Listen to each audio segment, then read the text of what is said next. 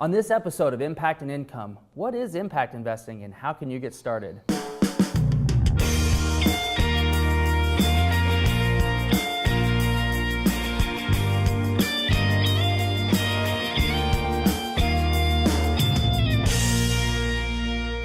Welcome back to another episode of Impact and Income. I want to talk today about something, investing, and not just investing, impact investing.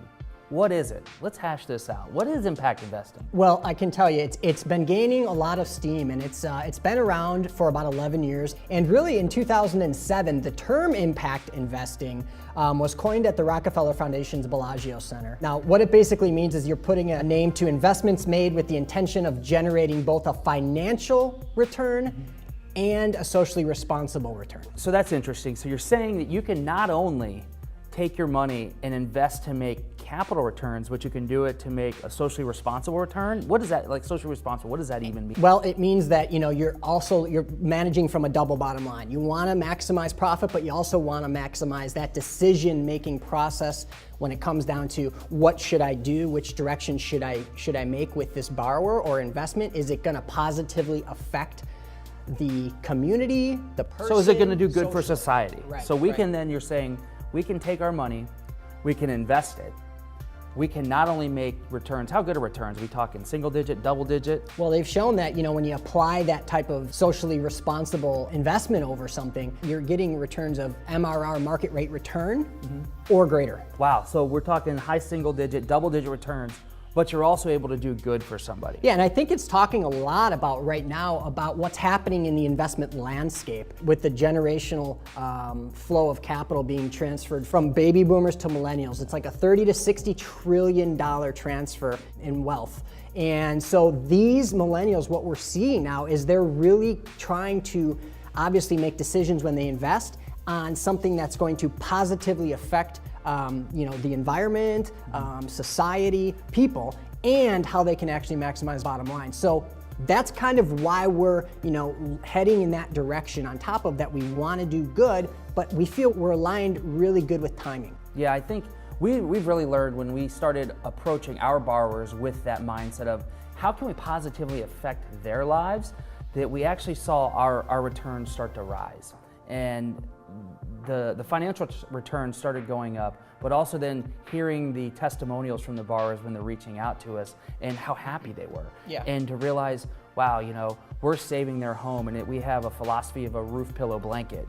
Yep. And that, hey, we're able to keep a roof over their heads, a pillow and a blanket there, and put some shelter there for those people and really put some stability. Yeah, and I think the big thing is for people that are watching this, the big thing that we're trying to overcome and really refine right now is how you measure impact. Measuring bottom line profit is simple. It's numbers. Here's your P&L reports, your profit and loss reports. How much did you make? Was that a success? Check. Very easy. Now it's a lot more difficult to measure. Okay, how many jobs have you created? How many part-time jobs have you created? How many back property taxes have you paid back into communities, which affects community, public schools, police, fire, and all that type of stuff. So what we're really putting in place is a place to measure all of this impact. So from the start, when we start to place capital into these low-income communities, we're putting on the onset, we're saying, okay, we want to track how much employment we've created by somebody going out there and cutting the lawn, right? And so we really want to be able to show and measure what we've done so we can promote our mission and actually get bigger chunks of capital, patient catalytic capital, to come back and support us a little bit on our mission. Yeah, it's amazing when you start thinking impact, you hit that surface level of, I'm saving someone's house.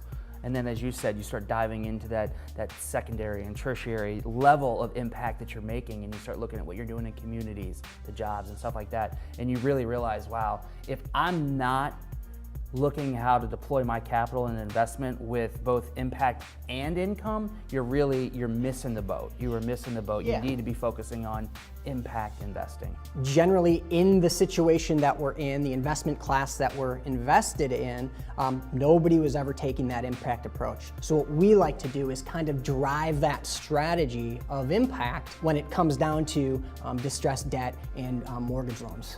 I'm really excited about impact investing and where that strategy is actually headed in the future. So what I recommend to everybody out there is Google it. Type impact investing. There's a great book called Clean Money Revolution by Joel Solomon.